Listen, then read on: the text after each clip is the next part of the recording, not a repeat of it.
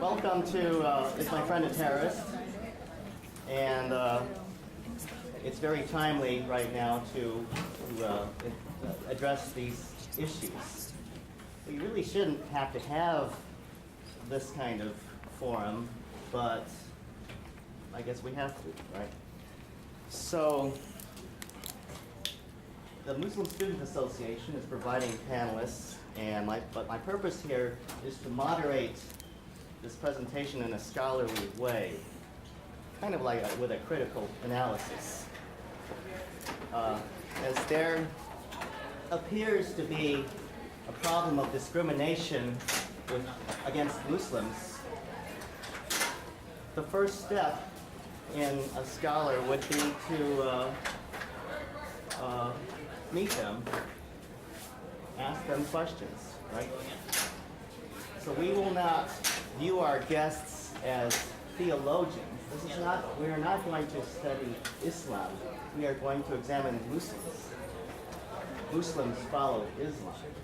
So this is not a theological discussion here, although some information will probably come out from that. So today's discussion will be more about experiences rather than information, which can be obtained elsewhere. And their experiences may not reflect all Muslims.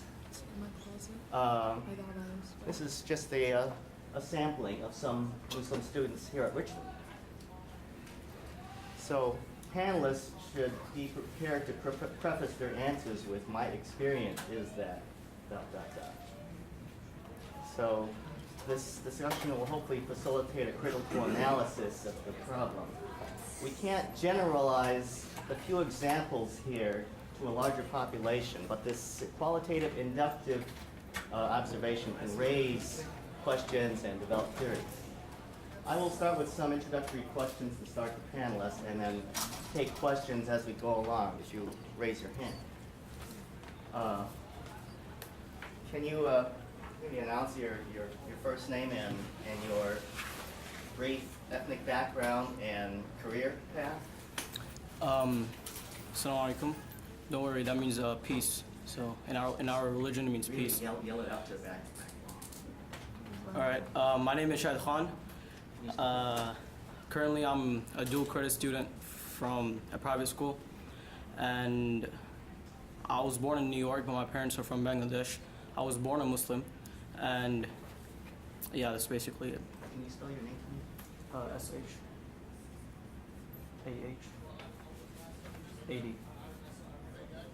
Okay. Hello, my name is Da'at Dafi. I was born here, but I'm originally from Palestine. I lived overseas for 7 years, so I have different experiences and stuff. I'm here as a dual credit student with a private school. And What's your name? Hello, my name is Ayaz. I as well am a dual credit student with a private school, just like you two. I was born in Cleveland, Ohio, born Muslim. I was raised here in America. I did live overseas for about 4 years in Saudi Arabia. Yeah, and that is. Can you spell your name? AYA. Hello everyone, thank you so much for coming. My name is Rida Dadani. I was born and raised in New Jersey. I just moved to Texas like 3 months ago. My parents are from India, and I am also a dual credit student at Richland College. Thank you. I'm going to walk out here so you can forcefully yell at me.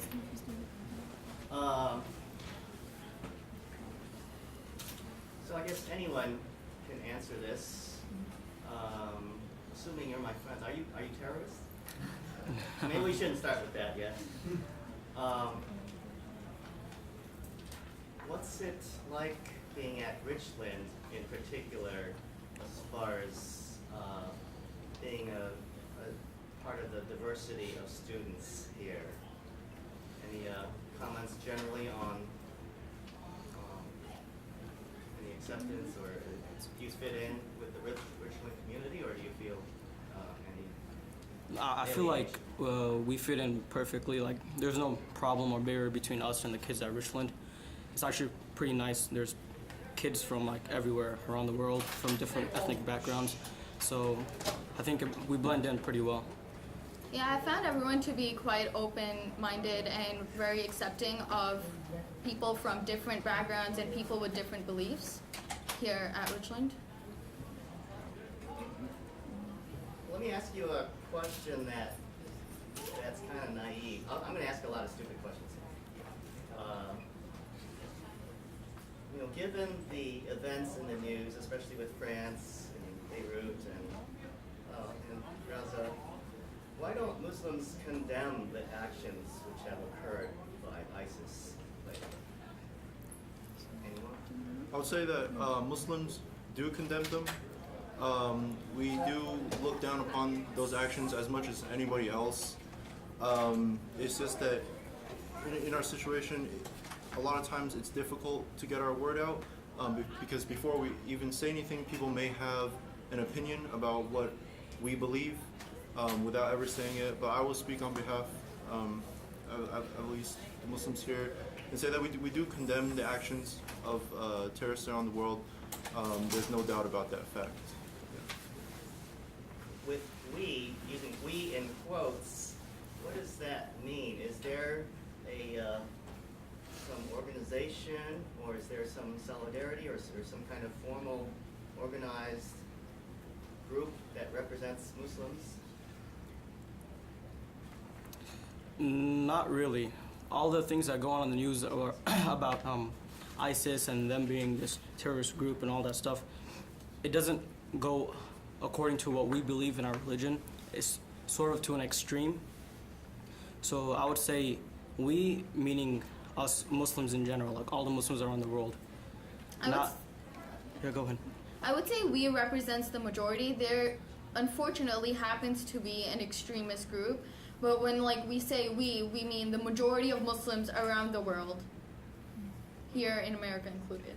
But there's the way churches are organized. There is kind of an organization, a hierarchy, and spokespeople for that denomination, right? Is there an equivalent in Islam? I would say historically, yes. In the early days of Islam, you see that there is kind of this leader, a Khalifa, representing the Muslim community. But in recent times, we don't have that particularly. We don't have a Khalifa who is universally accepted. And that is one of the things about a Khalifa is that person does have to be universally accepted. So that's why you see in ISIS, you see sometimes they have someone who they claim is the Khalifa, and they're saying that they represent the entire religion, but they don't. Which leads me to a question. You were saying that we weren't going to discuss Islam, but we wanted to discuss Muslims. And is it even possible to differentiate and separate the two? If you are not one, you cannot be the other. True?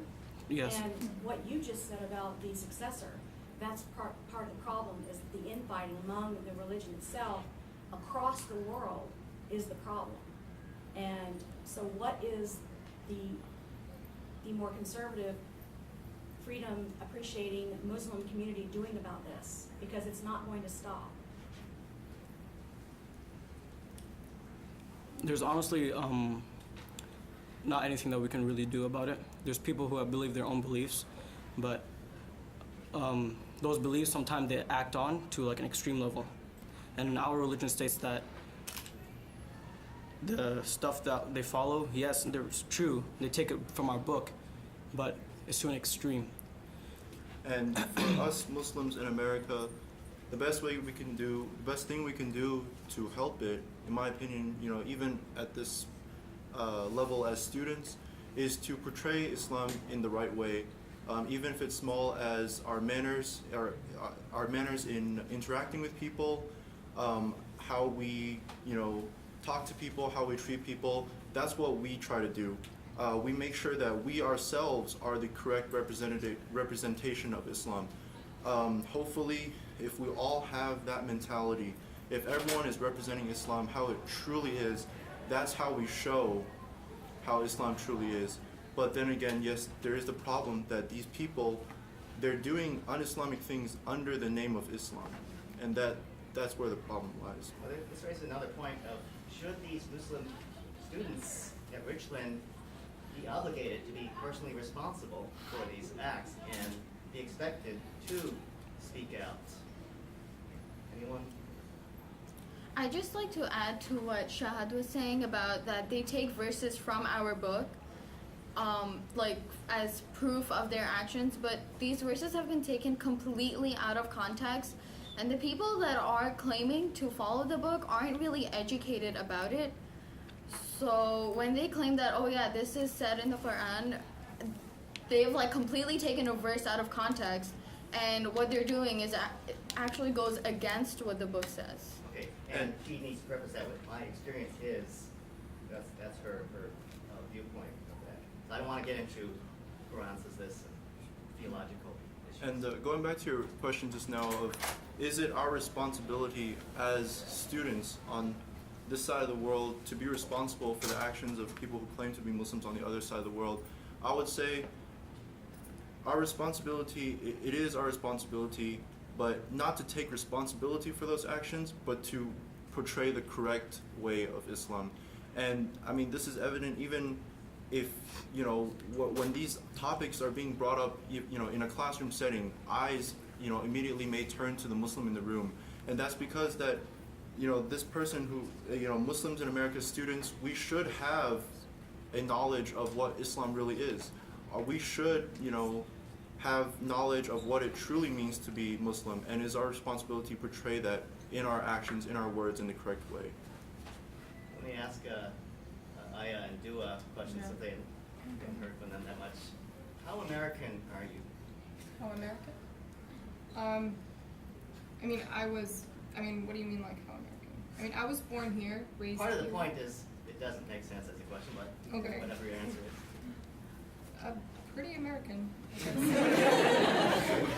I don't know. We've lived here most of our lives. yeah. So, yeah. Sort of. You have so you have the same values and Yeah. of, I mean, yes? Could you tell me what the American is? Yeah, I don't know. It's a stupid question I asked. So why Which would you is, ask? well, Why because would that's you asked frequently. usually. No. I see. So the solution is to ask them again? Yeah, well, it's to raise the point that. You need to define the values of Americans. If you're talking about how we want our country to prosper, of course. How we want to integrate with our country, of course. But you have to define the values. I mean, it seems like you have a definition of the values of what it is to be American. No, I don't. Okay, so then you can't answer the questions. Mhm.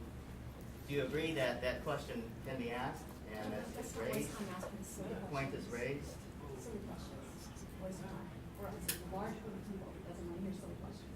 I know, but that's kind of We the are as point. American as you are.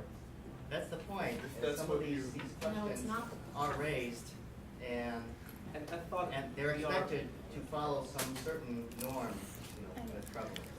Yeah, but this is a college, so we are supposed to be academics, I guess. Ask, you know, like not dumb questions.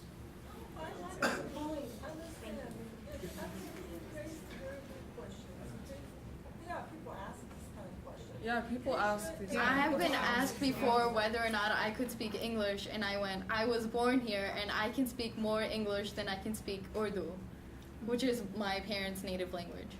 So these are questions that we do get asked. Yeah, it's true.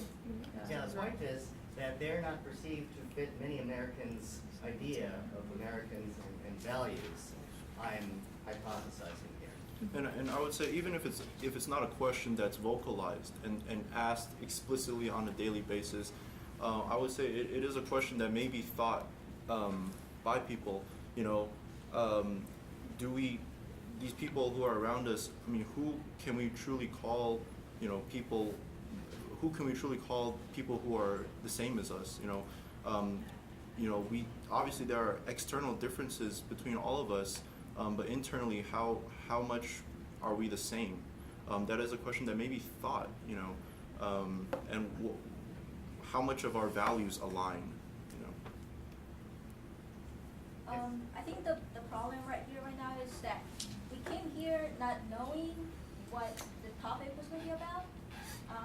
Because the title is my friend, a terrorist.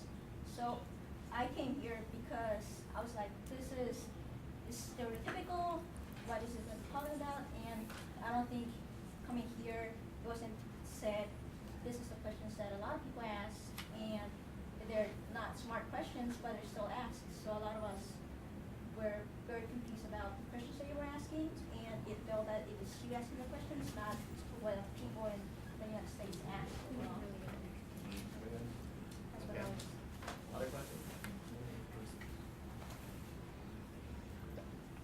All right, let I me. feel like there's a huge, I didn't want to say this, but there's a huge double standard.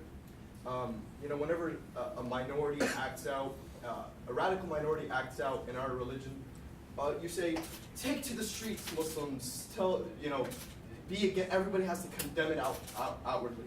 Now, if you look at Myanmar, the current situation, the Rohingya Buddhists, how they're killing Muslims by the day, thousands by the day, and you don't tell Buddhists come out and condemn these people.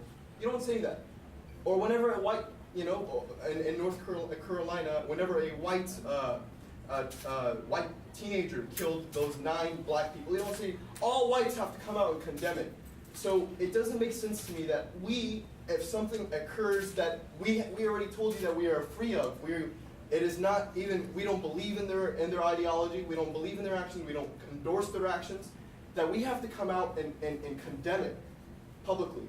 It just doesn't make sense. It's a huge double standard. If you could Yes, good point. understand that. Good. Yes. I don't think it is a double standard. I think you made the example of when a white person kills a black person that they have to come out, and that's absolutely true. As a white man, I'm immediately assumed that I am racist towards black people. So, you know, what you're talking about does happen. It's not just you that experiences it, okay? So, I mean, with another example, a Mexican, someone who crossed over the border, they're assumed to be an immigrant who can't speak English, when sometimes they're very educated, they've gone to just as much school as you have. The problems you're talking about, everyone experiences them, and you're not unique in that experience. But it's not the fact that you're unique, it's just that, you know, right now we're talking about terrorists, and so people go directly to Islamic, and if you're, you know, Mexican, you think you're undocumented, but if you're white, you're just the majority, even though it's not, you know, it doesn't come out as much as other. But does it? Wouldn't you say the problem isn't that we don't know about Muslims, it's the fact that we just don't know about other people when we make rash judgments. I mean, not to mention. So wouldn't you say we should address that first, Well, right? you don't face the microaggressions that Muslims face on a daily basis as well. Exactly. People don't assume that you're going to go into a church and shoot up a bunch of people. Well, a lot of people assume that Muslims are. So it's completely different. It's not the same. So that brings up a good point. I want to ask about these little daily microaggressions. Do you know what I mean by that? Do you experience that? These little jabs in daily life, dirty looks, prejudice, discrimination. Anyone? Yeah, I just wanted to share this one experience I had. I was at Kohl's shopping with my sister, and I was pushing a cart, and this one woman asked me, "Are you trying to run me over?" And I was shocked because I was literally on the other side of the aisle, and I went, "No." And she's like, "Well, it looks like you are." And I'm like, "I'm sorry if that's what you think, but I'm not trying to run you over. I was just shopping with my sister." And it's really sad that we have to face this. Like, honestly, none of us here support what happened, what IS does. We all, as Muslims, like, I'm pretty sure all Muslims here condemn what happened, and there's no possible way to justify what happened in Paris. But it's not fair that you blame us for it just because someone did it under the name of our religion. Mm-hmm. What other microaggressions have you all faced? Yes? Yeah, something we get a lot. Go back to your country. My mom got that like 3 times since she moved to America. Go back to your country. She gets a lot. Mm-hmm. I've never heard. Yeah, and where is the country of Muslim? By the way, do you know which country has the most Muslims? Indonesia. Indonesia? And most Muslims in the world are Asian. Asia is huge. Hmm? Asia is huge. Mhm. That's the reason there's so many. Mhm. Any other examples of microaggressions? Yes. Does it concern you that ISIS wants to continue their acts of aggression, and they're taking over Syria and Iraq and creating this new state? And what's going to happen to your fellow Muslims? And does it concern you that all of these people are being pushed out of their own country, and what's going to happen to them? And what are you going to do when they come to America? That definitely does concern us, but we're a minority in America, so there's really nothing we can do. We do support President Obama's actions against them, Nothing. but there's really nothing we can do because other than condemn what they're doing, because we're a minority in America. Do you have anything that we could do? I mean, like, see, that's the thing. You ask us, what Well, are you going I'm to? wondering like about the leadership of your communities, the leadership of your there are leaders, they're out there. I read about them all the time. So what are they going to do? You have to have a plan. You're asking questions to a group of college students who they're Yes. college students, Yes. but the leaders are adults. So how should they Well, know? And these about I'm Sydney- certain that know? they have had conversations in their homes, I hope, or in their communities, I would hope. And if they don't have the answer, they can say they don't have the answer. And, no, and there are initiatives to help the refugees who have been driven out of their homes. Organizations like Islamic Relief, I don't know how many of you guys have heard of. They're working whenever a situation like this comes up. They work really day and night to make this happen. There have been several banquets and fundraisers in the past few months that have tried to address this issue. Locally, just as a school, here the Muslim Students Association, we just started selling T-shirts that part of the a portion of the funds will be used, will be sent over to help the refugees. There are these small initiatives to help these refugees, if that's what you're asking. And I think that's one thing that a lot of people fail to understand, is that the first people that ISIS kind of attacked was Muslims in their home country. That is the first people who died. Thousands and thousands and thousands of Muslims have died at the hands of ISIS, and they are a lot of our relatives, a lot of people we know and we care about. And here at a local level, we try our best if we can in any way to help them, financially or. So I think maybe a question that might be more comfortable to answer. What can we do for you to make you and your family and everybody else feel safe? Who's we? We, Everybody, the majority of America, United States, everybody around the world. I think the first thing to do is to recognize that we have a common enemy, and that is, the terrorists around the world, not us. The first thing is to recognize that we should be united in this matter. We shouldn't be fighting this. We shouldn't be fighting this problem from two separate ends. We should be united to fight this problem. Once we can recognize that, I think that goes a very, very, very long way. And even if it's just as simple as spreading a word through a conversation, if you guys went back to your families, told your friends, hey, let's talk a little bit about this, and then gave them a few facts, and then they understand, wow, we can be united in this. I think that goes a long way. And another thing is, I think terrorism shouldn't be appointed to one group or like one religion or one type of people. Anybody can be a terrorist. It can be anybody in this room can be a terrorist. A terrorist is someone who spreads fear or terrorism. So, in my opinion, I don't think terrorism should be appointed to one group of people or one religion. Now, many people don't know exactly what Islam is or its goals, and I don't want to get into too much theology here, but in your experience, do you feel like it's similar to what you know about Christianity? Yes, in many ways. I'd say the foundation of it is the same. Both are Abrahamic religions. Both. It's like a completion. Yeah. Do you believe in Jesus? Yes. Yeah. Okay. And they both are monotheistic, obviously. Yes. Believe in one God. Yes.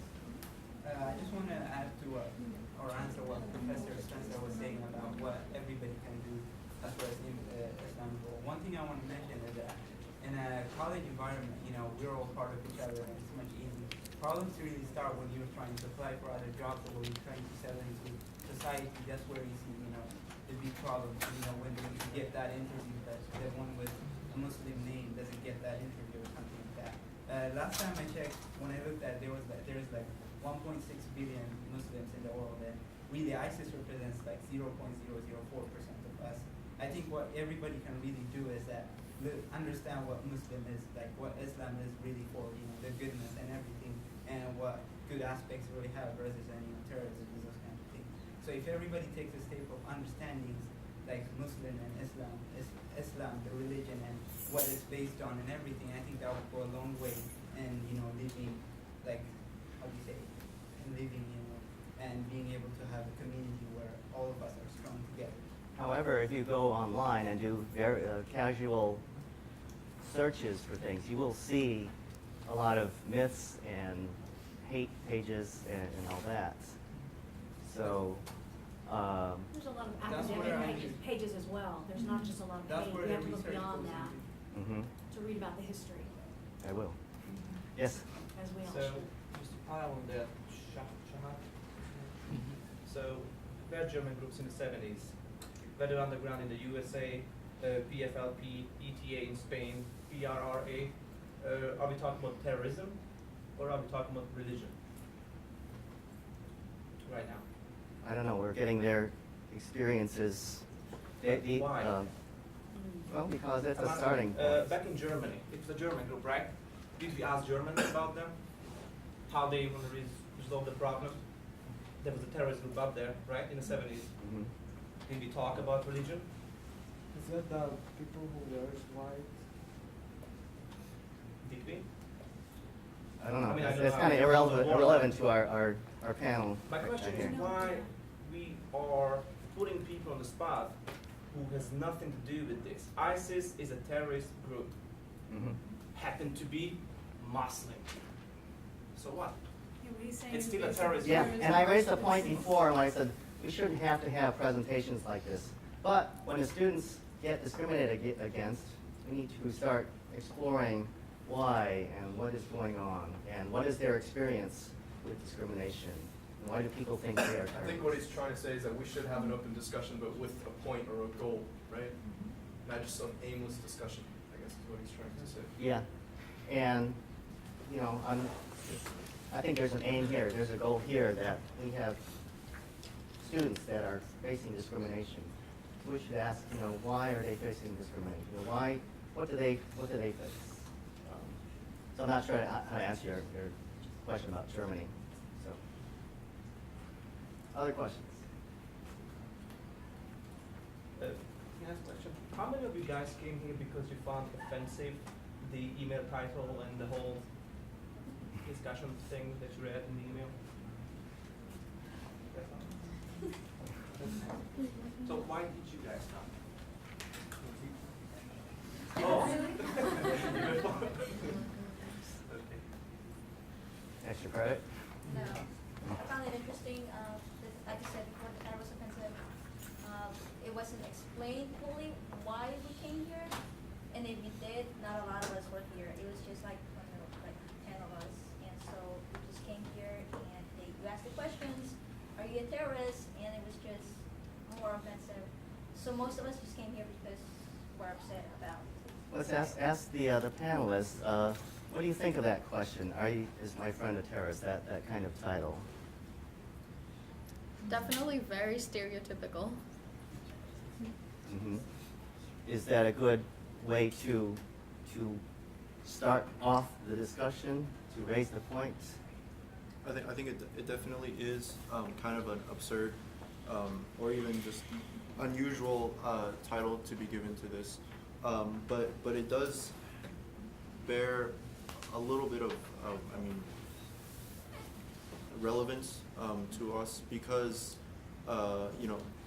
not at Richland College. Richland College is pretty good, but back in maybe middle school, high school, not particularly myself, but a lot of my friends, they would be called terrorists just even if it was in a joking fashion. And they'd be called this a lot, and it would be just another form of bullying. The bullies would not think of it as much more than just a name calling, but it has been ingrained into our mentality. And as Muslims in America, we know full well that we are not terrorists. We don't need to be asked this question. But a lot of times, just in subtle hints through the media and subtle hints through what is being said, we are ingrained with this idea that the word Muslim is associated with terrorist in today's day. So a title such as this, even though the answer to it is very, very clear, the question still remains relevant because it is asked today. The question is relevant, definitely, but it's coming from a bad place. You can phrase the question in such a way that, is a Muslim just like me, that would be more welcoming, but being a Muslim and being, thrown this question, hey, are you a terrorist and stuff? I can tell, I can understand how, other people have been called that and everything, but it's definitely, it comes from a negative aspect, and the whole point of the discussion is to bring about positivity. It's about bringing about open-mindedness. So we're not basically, again, as Ma said, that ISIS only represents 0.004% of the whole population. Numbers like, you see people on TV like Bill Maher and Richard Gabriel, and they're like 20% of the Muslims are all that. I want to ask, just do simple math. What's 20% of 1.6 billion? You can build a country called Terrorland and kill everyone. Yeah, so basically it's 20% is like, but definitely that phrasing a question in such in a good place, you're more welcoming, So because I was reading that and I really wanted to come, but the question was like, is my friend a terrorist? And I'm like, my friend wouldn't ask me that. Other questions? There you go. No, I just want to add, I like the way, obviously the question can be rephrased, but I would love to hear that question being discussed about here in college rather than me hearing it, on my work or at my place or my family being called a terrorist. I would have loved to see it, other people discussing it and coming to a resolution rather than, us just keeping or not talking about it. I think it's a good hot button topic just to raise the idea and us, to be wondering about it rather than just keeping. So we had a discussion, but what are we going to take from it? And I think that we should have an action plan. Are you just going to come here, discuss, and then leave, and then not know anything? And I think the best thing, or the best route to take is to, know a Muslim, know your colleagues here, know that we are your neighbors, we're your friends, we're your colleagues, we're your peers. We work with you. We're the cashiers at a store. We're bankers. We're lawyers. We're doctors. Just know that we're integrated within the society. Know us, and anything, and this will prevent any sort of hate that just comes out of nowhere or ignorance. Because if you know a friend, hey, Khalid, Muhammad, whoever, is this really what you believe? Is this what you really, do you endorse this? Ask your friends, ask people around you. Here, college campus is so diverse and we don't take the initiative to know one another. And that's the problem. We're living in our own bubbles. We don't leave the bubble, and then whenever something catastrophic happens, we want to have a discussion and ask stupid questions. Well, one of the things we weren't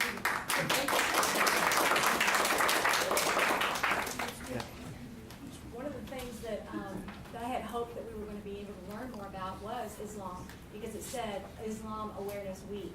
So I was coming here hoping to learn more about what makes a Muslim, which is Islam. And so I have done a lot of research, and I am curious. I do have questions. And of course, everybody that's here in our community and the Dallas and Fort Worth area, including Richland, they're not going to all follow the same type of track that, whether it be Sunni or this or that.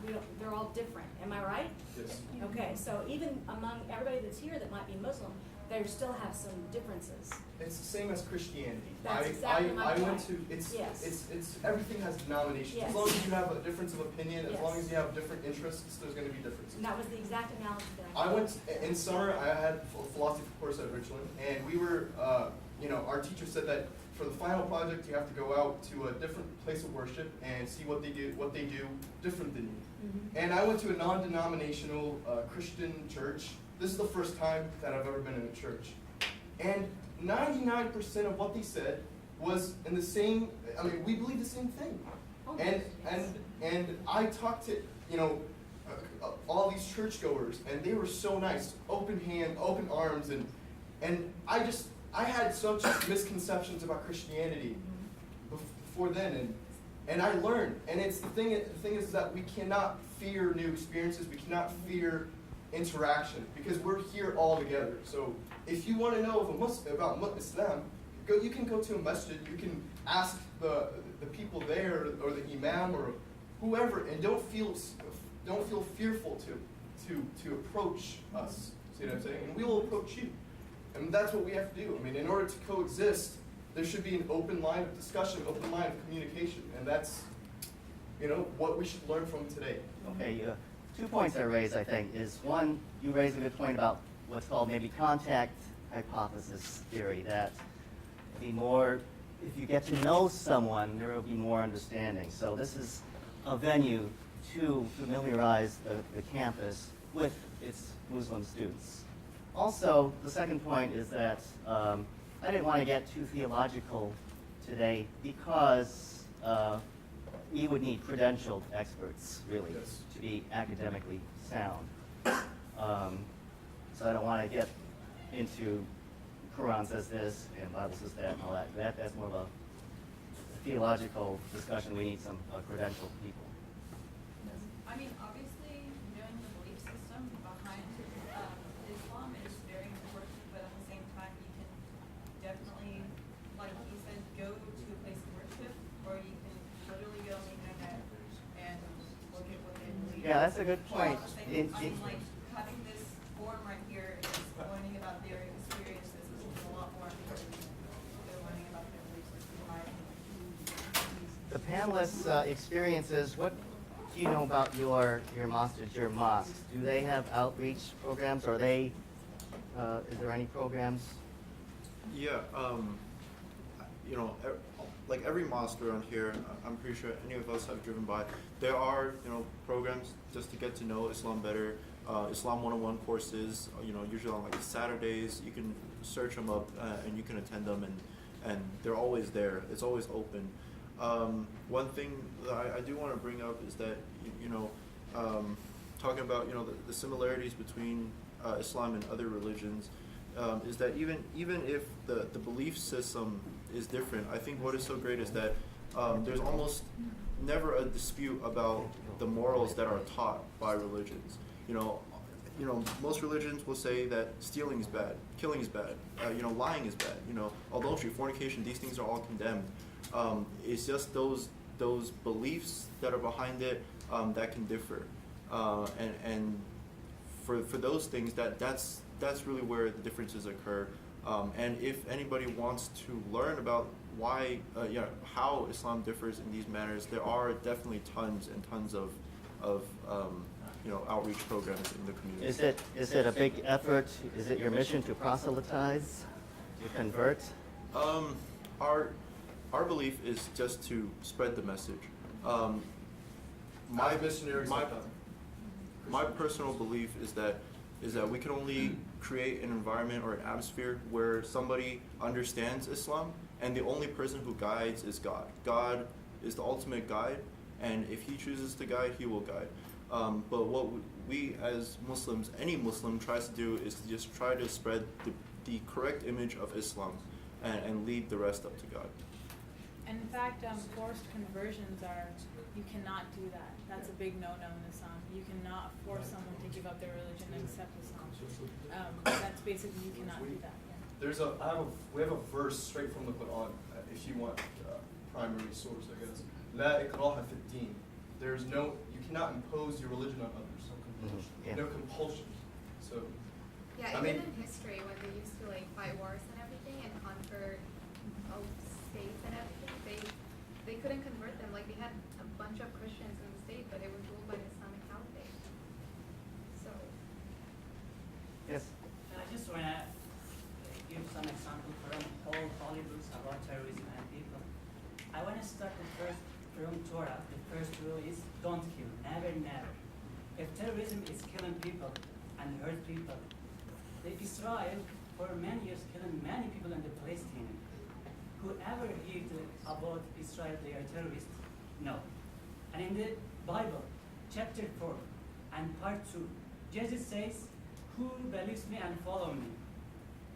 Certainly don't believe there is the bad human, just there is bad behaviors. So there is no any bad person. There is some of the bad behaviors and people follow them. And many Christian peoples are Muslims. But the first important thing is being human, not Muslims, not Christians, not anyway. And many people just use the same thing, the media, take them and talking about all the people. And our holy books in the Quran, there is no any there is no any difference between all the prophets, all the saints. You have to follow them. You have to believe all of them. And second things I want to say is, if the terrorism killing the people and ISIS are Muslim terrorists, why they killing the Muslims in the Middle East? If I am terrorist and want to hurt to someone, why I kill to my own people? If I may add on to that, I just want to say that there's actually rules for war in Islam. One of the things that you can't do, you cannot attack somebody, you cannot kill somebody who's fleeing. You are not to harm prisoners, you cannot force them to become Muslims. You cannot kill women and children, you cannot cut down trees. And ironically, ISIS, people who are trying to represent Islam by making this caliphate, they actually have broken almost every single one of those rules. So if I can walk out and say I'm so-and-so and go ahead and break a rule, I can say that I'm proud, like for the sake of America, I'm going to go ahead and kill somebody. That doesn't make anything like, you can't say all Americans are bad because I represent myself as one.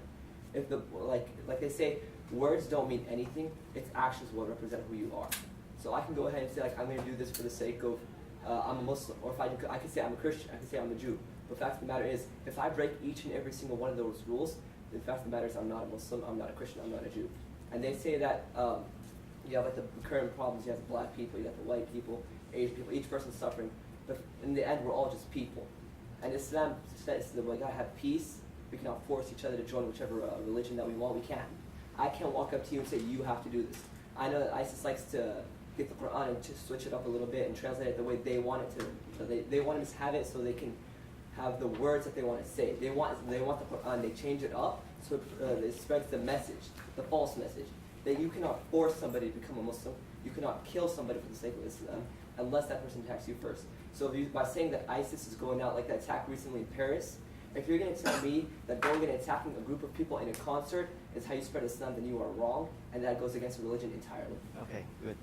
Can I just add on to what he said? Mm-hmm. All the rules of war that he mentioned were actually what the first caliph of Islam gave to the commander of the army when he was going to fight the Romans and the Roman army, because they were a threat to the Muslims in Medina. And basically, just like he said, you cannot kill women and children, you cannot kill any worshippers, you cannot kill anyone that is not fighting you, you cannot cut down trees, you cannot kill animals unless it's for food, and you cannot force anyone to convert, or basically whatever he said. Okay. Yes. Well, I guess this question is for everybody. Do you all believe, since they are doing the totally opposite of what their religion would be, that they are basically trying to make fun of their religion as far as anything like that? I think they're trying to use it to justify their actions. Let me have the panelists address first. Can you please repeat the question? Since they're doing the totally opposite, like killing people of their own religion and stuff like that, that they're doing the opposite of that, would you say they're trying to make fun of their religion in some type of way? Since they're not going by it, I guess. I mean, I wouldn't say making fun of the religion. They're just making us look bad. Yeah, they're just using religion in a wrong way to justify themselves. Yeah, I don't understand what the definition of Islam is. Can we not get into? No, I'm just trying to. It means peace. So if someone is religion means peace. That means if he's done something bad, such as a bombing attack, or that does not represent the main idea that he's following. So this does not show if someone is following peace, he does something as terror. That does not equal up. Okay. Yes. I personally think that we should stop seeing ISIS as Islam because ISIS is as much Islamic as the KKK is Christian. So.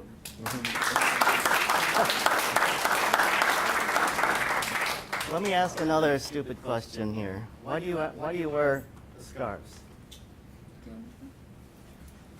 Okay, so as Muslims, we believe that we submit to the will of God, and we do whatever He tells us to because He is the supreme being, and whatever He says is for our own good.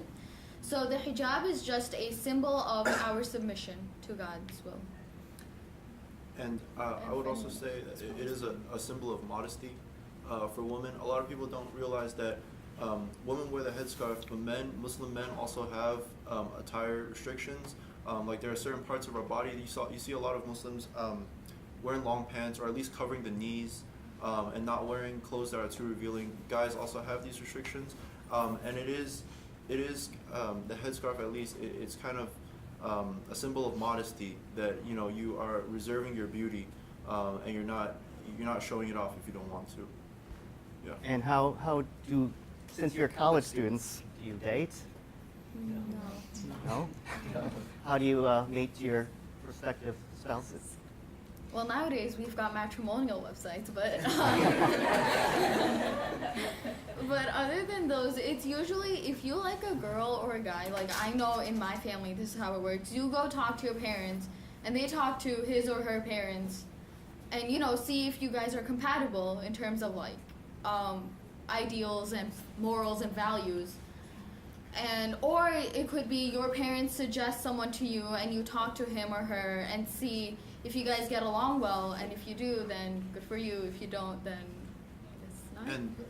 And like I would say that personally, we don't necessarily date because the Quran instructs us to not get close to fornication. Don't get close to it. So a lot of times our interactions with women, as a man, our interactions with women, we don't it's not like we shun them, we don't pretend they're not there. If you see Muslims on campus on day to day, they talk, they speak, anything, they interact. But if you want to go beyond that, like if you start flirting, if you like a girl and you seriously want to have a relationship with them, then we, as Muslims, we believe that we need to do it in the right way. And that right way is to approach it with the intention of eventually getting married. Now, I'm not saying that, if you want to talk to a girl, you got to marry them. But I'm saying that, if you're serious about that, you approach it in the right way, you reach out to her father, you establish a relationship with that, and you do it with the right steps, But relationships, close relationships out of Islam, things we typically associate with dating, like going on dates, hanging out together alone. These things are not things that we do. We can't ask you out for dates normally, right? No. Oh. Yes. I just want to add in, there's a lot of tradition that's come into the equation. Like I know a lot of people, if they mention like Islamic marriages, they say, oh, the woman has to be covered from head to toe, like in a tent with camels or something like that. Well, that's a lot of stereotypes. That's not accurate at all. And as he was saying, the main focus right now, at that point, is to avoid things like fornication. But there's also different ways, different aspects of going about it. And there's actually statistics that say that by going about the Islamic version of finding a wife or a husband, finding a spouse, statistics show that actually ends up in having a more positive relationship, and there are far less divorces than the other versions. Right. So you don't marry sight unseen. No. No. You actually need to know them. I think that's a misconception. I'd also like to add that arranged marriages don't necessarily mean forced marriages. In Islam, both the guys and the girls' consent is required for the marriage to take place. So the marriage, you cannot force a girl or a guy, usually it's the girl generally, culturally, unfortunately, that is forced into a marriage, but Islamically that is wrong. And again, arranged marriages don't necessarily mean forced marriages. Oh, and I want to differentiate between religion and culture, because a lot of times the things that happen in one culture are not anywhere linked to the religion. Like in some place, if there is a forced marriage, then it's part of, you know, what the culture has put upon those people, you know, not the religion.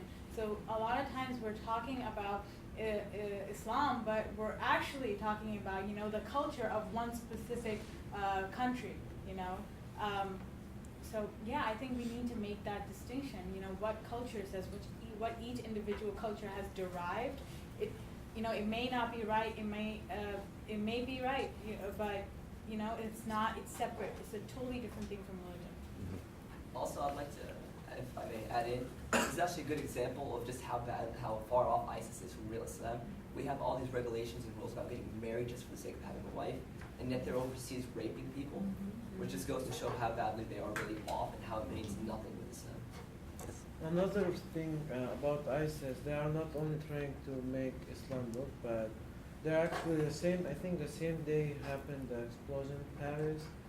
Same thing happened in Lebanon, my country, like 10 minutes away from my home. They killed like 100 people. So they blame it on Sunnah because they know there's a little bit of conflict between Sunnah and Shia in Lebanon, and now it's calm. So they blame it on Sunnah, they fight again. So they are not only trying to make Islam look bad, they are trying them to fight again or something like that. Can I add on to that? Like he said, you know what's really unfortunate is that more than 150 people died in Paris, and that's definitely sad because those were all innocent civilians. But the day before, people died in Beirut, and ISIS claimed responsibility. I believe the same way, around the same time, people died in Baghdad because of a bombing at a funeral. People are mourning over a loved one, and there are pathetic people that are, like, it makes me really upset. But what's really sad is that we're all, like, on Twitter was trending #PrayForParis, and I'm not saying that's wrong. But I think that people in Lebanon and people in Iraq need our prayers too. In India, 600 people. In India, 600 people were killed over a matter of 2 days, and no one knew anything about what happened. Another, I believe in 2002, over 1,000 people were killed in a matter of 1 day, and there was no fury, no rage over that. Why do you think this is? I don't know. I feel like people think India or Lebanon or the Middle East is just a war zone. This is something that happens every day, but that's actually not true. People live normal lives in India. People live normal lives in Lebanon. The people that died in Lebanon were civilians. There were people in cafes, shopkeepers that died, just like the same people in Paris who are all civilians, who are all normal people that just wanted to live their lives and follow their dreams. And seriously, if you think about it, the whole idea of using a hashtag and changing the color of your profile picture, that's not making a single difference at all. Yeah. What's really making a difference is what y'all are doing right now, learning about the real stuff. Yeah. Let me get her. Well, I have a question, and I think, you know, this was planned, this event, way before, but I think that the events last week have tainted this discussion. But I go back to what this young lady was talking about, differences between culture and religion, and I'm curious to hear from you sort of the different ways that you wear your scarf. So, for example, Rita, right? Yeah. You're covering your face, and then there's, of course, those beautiful scarves, and then some also young women who are Muslim who don't wear a scarf. So I have two questions. What are sort of the differences? Are the more you cover, the more religious you are, or the least? And just wanted to clarify. I mean, just wanted to have more information about that. And also, once you wear the scarf, can you decide at one point in your life to stop wearing it? Can I say something on that? Unfortunately, the perception is the more you cover, the more religious you are, but honestly, religiosity is something that lies in your heart. It can't really be judged by what's outside. And when you do put on the headscarf, if you do later decide to take it off, I think that's your choice. Because this is about your relationship with God, so no one can really dictate like your relationship with God. That's something personal. So, yep, I think that's all I have to say. And I will say, you know, even though I don't wear the hijab, my mother and my sister, my mother and my sister, they both do. And my mom, she didn't wear the headscarf for the majority of her life. It wasn't until I would say maybe like 8 to 10 years ago when she started wearing it. And it was actually my sister who started wearing it, and then she convinced my mother to also wear it. She was like, you know, this is part of our religion, we should do it. So it was their choice to start wearing it. I know we have a family friend, they wore hijab their whole life, and through, you know, reading, learning about other things, forming their own opinions, they decided to take off the hijab and they don't wear it anymore. So really, it is this choice, whether or not, you know, wearing it or not wearing it is more religious or non-religious. In Islam, we don't judge people, or we try not to judge people, you know, based on their outward appearances. We believe that, you know, only God knows our true, you know, only God judges us by our good intentions and our good deeds, and no one can tell that from another person. But, you know, if you do have knowledge about Islam, you read the texts, you know, you find out, you can formulate your own opinions on it and then follow that. And that's what a lot of people do. Yeah, I'd also like to add that while I do wear this, my sister doesn't wear the headscarf at all, and she's just as good as I am. Because in the Quran, there is a verse where God says, Inna akramakum indallahi atqakum, that the best among you, the most pious among you, is the one that's the most God conscious. And that's something that lies within you, that's something you believe, and that's not something you can exactly like show. Like, it's not something physical, it's abstract. Yeah, I'm going to try to get you out in 2 minutes here. You first.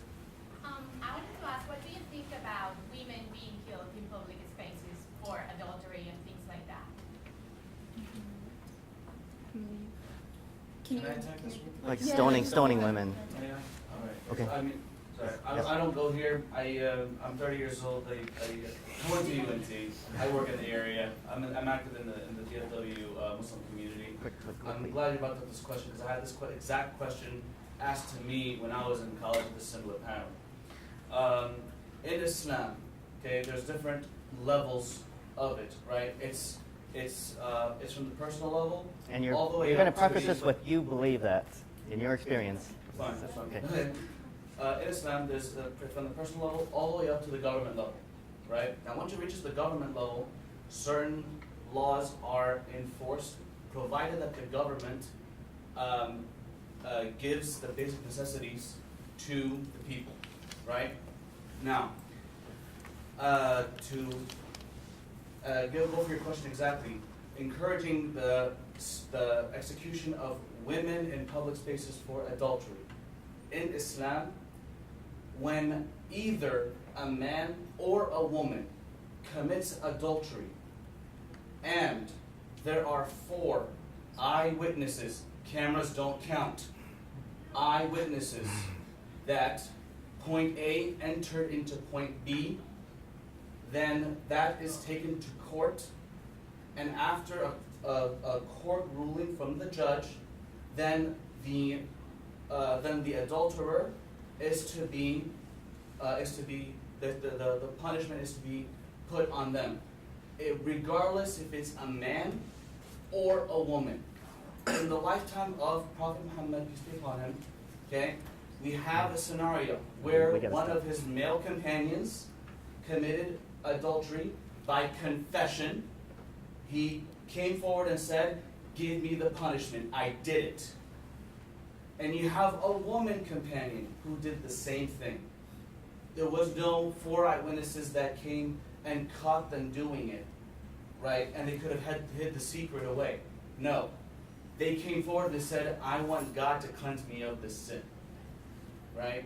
So this targeting of women, right? It's not a target of women. It's targeting of the sin. Targeting of the sin of cheating on your husband, cheating on your wife.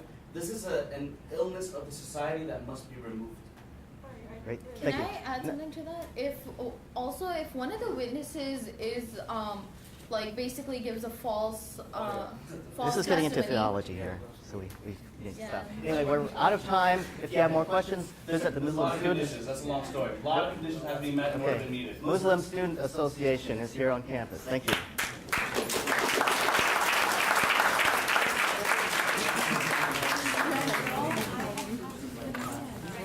Come on.